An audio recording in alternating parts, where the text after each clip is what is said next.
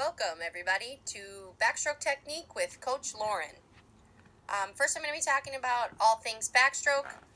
Once I finish off with that, I'm going to hit on a couple quick tips about underwaters, your underwater kicks and your breakouts, and then I have one slide on quick tips as well on racing backstroke, things you might not think about. If you have any questions, comments, or concerns, please shoot me an email. If you feel more comfortable shooting your lead coach an email, go ahead and do that as well. I'm really excited to get going. So here we go, backstroke technique.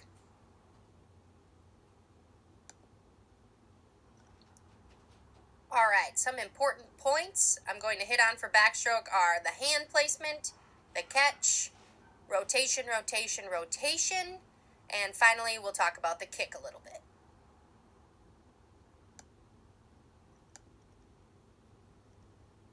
The hand placement. So when your hand first comes out of the water, your thumb should be leading the whole arm out. As your hand is recovering over the water for backstroke, your arm should be straight. Somewhere around halfway in your recovery, your palm is facing your body when you start it. Like I said, thumb first, and then about halfway through, your hand should rotate out so your palm is facing away from your body when you enter the water above your head. When you do enter above your head, your arm should graze right by your ear and enter at about shoulder width apart.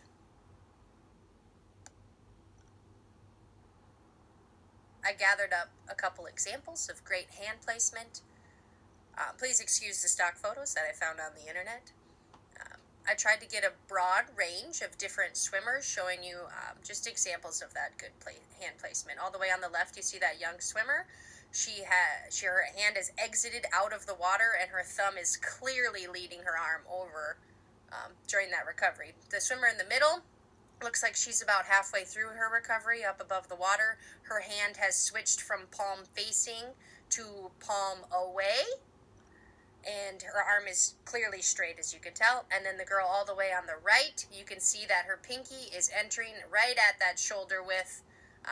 These three are pretty good examples of putting it all together as to what your arm should look like out of the water for backstroke.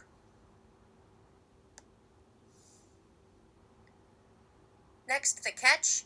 The catch is one of the most important parts of any stroke in USA Swimming. So in order to be good at backstroke, you should probably work on that catch in order to be great at it. It does start with that pinky first entry that we talked about previously with the great hand placement. Once your pinky enters the water, you're going to start to bend your elbow a little bit. The elbow bend is very important in order to get a great catch and to throw that water back to start your pull.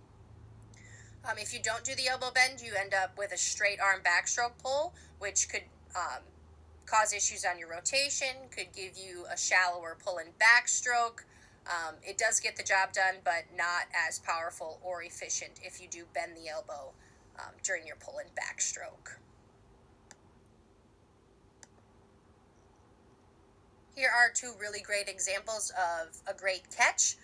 The swimmer on the left, you can see, had that pinky first entry, starting to bend that elbow a little bit, has a little bit of flexion in his wrist. Then we move over to the picture on the right. The swimmer in the middle on the left, you can see that awesome elbow bend happening. This is actually a breakout stroke, so it's not a regular backstroke pull, but it still shows you the emphasis on that elbow bend and what your hand should be doing as it sweeps out to the side during that backstroke pull. The elbow bend is so, so important.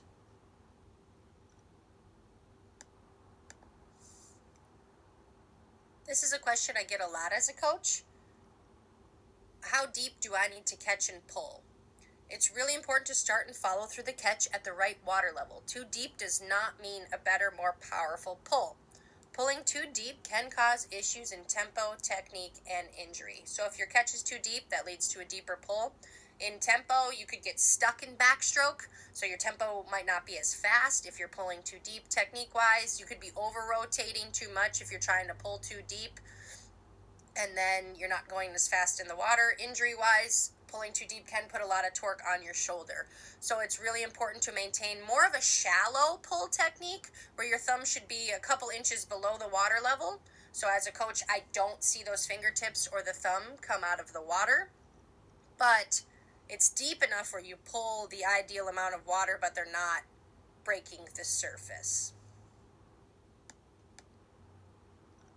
Next, I'm going to talk about rotation in backstroke. It is one of the most important parts of a quality stroke. What I see a lot in swimmers is they have really great shoulder rotation in backstroke. Their shoulders coming up out of the water really nice, but their hips aren't working together with those shoulders. So get your hips and shoulders working together as one unit. If you're over rotating in backstroke, that can cause issues like we talked about in previous slides. You can have too deep of a pull. You can bounce down the lane. If you're under rotating, that causes a really flat backstroke stroke and you're pulling really, really shallow water. So you got to try to find that happy medium in your rotating.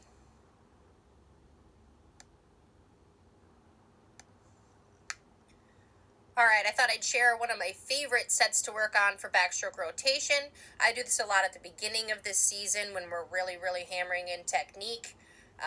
But I usually have my kids do 16 25s backstroke drill. They're on the 40. The first 4, you're going to do 6 kick and roll. So it's a backstroke drill, so you are on your back in the water. Your hands are at your side, but you do 6 kicks on one side, 6 flutter kicks, 1, 2, 3, 4, 5, 6. Then you switch over to the other side. Okay, you do that all the way down for 4. The next 4, you do 6 kick and a stroke. So it's the same idea, but one arm is up and one arm is down. You do your 6 flutter kicks, and then you have one backstroke stroke to switch your arm over to the other side in order to rotate.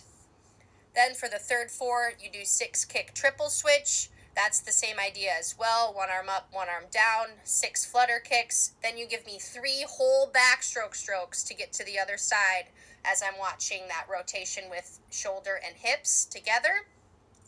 And for the last 4, it's 425's perfect backstroke technique, and where I'm watching those hips and shoulders work together, rotating at a perfect angle.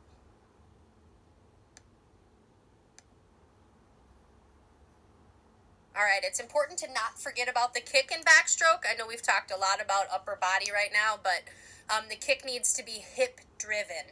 I see in a lot of the younger swimmers that a lot of it is just knees and ankles working on kicking for backstroke, but it's really got to come from the hips. I don't want to see knees coming out of the water. Ideal backstroke body position is flat on top of the surface of the water where your hips are slightly below the water level. That's kind of a tricky situation though, because you don't want your hips to be too low in the water where you're dragging your whole body down the pool as you swim backstroke. You want them to be a little bit below the surface, but not too much. So below the surface enough for your knees not to pop out when you're kicking, and to keep that ideal body position.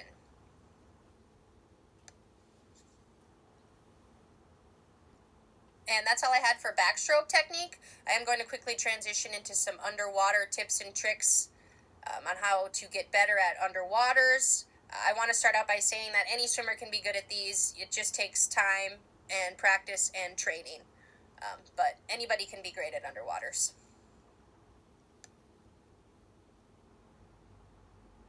First tip, practice. All right, all the time, in warm-up, in cool-down, in main sets, in prep sets, when you're actually racing, practice those underwaters, because the easier it comes to you in practice or in warm-up or at any other time, it's going to be easy to do in a race.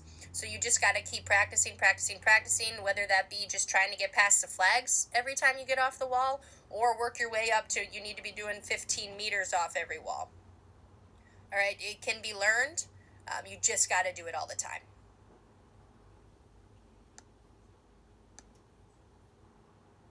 Next, this might sound a little redundant, but a good underwater kick has to start with a great push-off and streamline.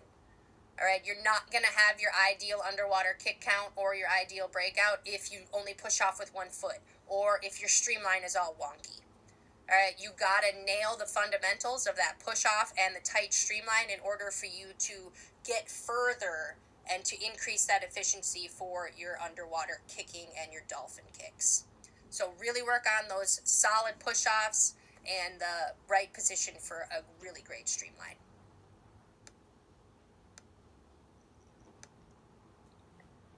Another tip is tempo. All right, when you're first starting out and working on underwaters, yes, you might be just trying to get past the flags, all right, but you need to start increasing the tempo of your actual kicks. If you get to 15 meters every time off the wall, that's great, but if you're only doing it in 4 kicks and it's super slow, that's not ideal for backstroke or for butterfly or freestyle for that matter. So once you start getting past the flags and start getting those fundamentals down, you got to start working on increasing your tempo of your kicks for backstroke. All right, finding that happy medium where you're taking about 2 kicks per second underwater will get you to where you want to be. So tempo, tempo, tempo, really work on increasing that as you get better underwater. Last tip I have for underwaters is a smooth transition into swimming. I see a lot of swimmers have great underwater kicks, but they're kind of slowing themselves down as they transition from underwater to above water. There's a lot of things that go into that smooth transition. It's the angle, it's the amount of kicks, but really hammering that home can set you up for an awesome 25 and then on into different backstroke events or butterfly or freestyle for that matter. So working on that smooth transition into like the right angle, the perfect amount of kicks so that your body keeps moving forward as you go from underwater to above water is very important. And that's all I had for the underwater work. I have one more slide and it's quick tips for racing backstroke. First tip I have is use a nose plug. You don't necessarily have to use a nose plug, but you should know what you're doing in order to hold your breath off the wall for backstroke. I know some people don't even need a nose plug. They can just hold the air in. Some people will let their air out at a very slow pace. Just make sure you know what your technique is underwater when you're racing backstroke. Second tip is pick a kick count and stick to it. If you're a beginner, pick one. Do one dolphin kick off the wall and then try to hit that on every single wall, whether that be a 50, 100, or a 200 of it. Third tip, relax your breath. A lot of people don't think about this because backstroke, your face is out of the water, so you can technically breathe whenever you want, but it's important to keep that breath relaxed and to try to figure out where you should take that breath in order to increase your tempo. Fourth tip, follow the ceiling or a straight line in order to swim straight. This is a little bit harder when we swim outside or in long course because the clouds aren't straight. But when you get to a place and you know you're going to be racing backstroke, try to find something on the ceiling to follow so you can swim in a straight line. And the last tip I have is increase arm speed off every wall. This can go for any stroke, but if you start your 25 out with a fast tempo arm speed, it'll continue on through the rest of the 25. So make sure you start out quick. And that's all I have. And this is my sources slide. Again, I had a lot of fun putting this together. If you liked what you saw, or if there were some things that you have questions on or you didn't like, please shoot me an email. I'd love to chat. But thank you, and go RSC.